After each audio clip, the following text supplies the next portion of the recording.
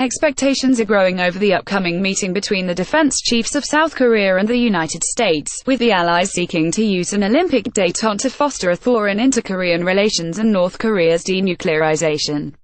But the challenge looms large, as the standoff appears to persist between Washington and Pyongyang.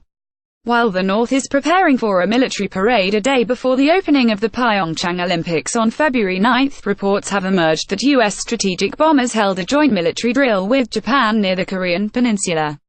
South Korea's Defense Minister Young-moo and his U.S. counterpart Jim Mattis will hold a meeting Friday in Hawaii, the Defense Ministry said Thursday, in a bid to translate the Olympic detente into momentum to ease cross-border tension and resolve North Korea's nuclear program.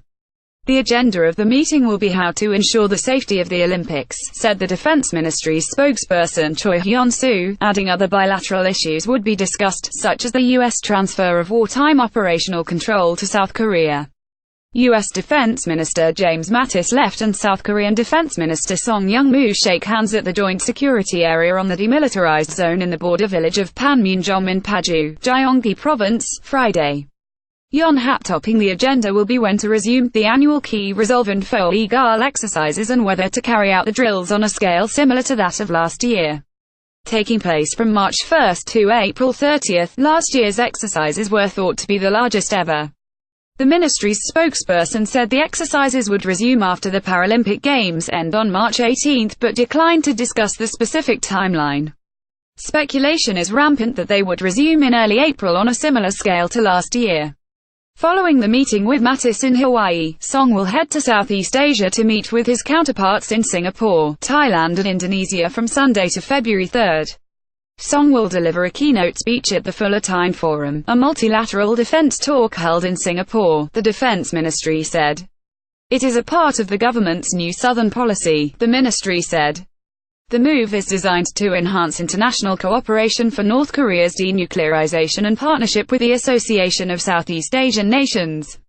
The developments came amid reports that U.S. strategic bombers deployed to Guam conducted a joint exercise with Japan near the Korean Peninsula, with signs growing that North Korea is preparing for a massive military parade on the eve of the opening of the PyeongChang Olympics.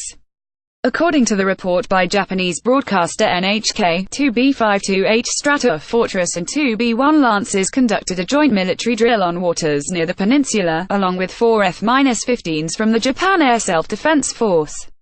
North Korea, for its part, appears to be accelerating efforts to mark its Army's Foundation Day with a massive military parade in Pyongyang, where signs of mobilizing troops and military equipment continue to grow. Such indications have raised speculation over whether the reclusive regime would demonstrate its military prowess by unveiling newly developed ballistic missiles, such as the PUKGUKSONG-3 submarine-based ballistic missile, or the HWASONG-13 intercontinental ballistic missile. Meanwhile, North Korea has reiterated its demand for the complete suspension of the Allies' joint military exercises and the U.S. deployment of strategic assets, denouncing it as a fundamental obstacle to improving inter-Korean ties. In an announcement addressed to all Koreans at home and abroad Thursday, the reclusive state's government and party officials urged South Korea to make a breakthrough for unification without the help of other countries. The North state media said, "Let all Koreans at home and abroad turn out to decisively oppose and reject all hostile acts and war moves aggravating the situation and wrecking peace," the statement said. "Let us turn out as one in the nationwide drive to improve the North-South relations and make a breakthrough for independent reunification." Jason Yeo at heraldcorp.com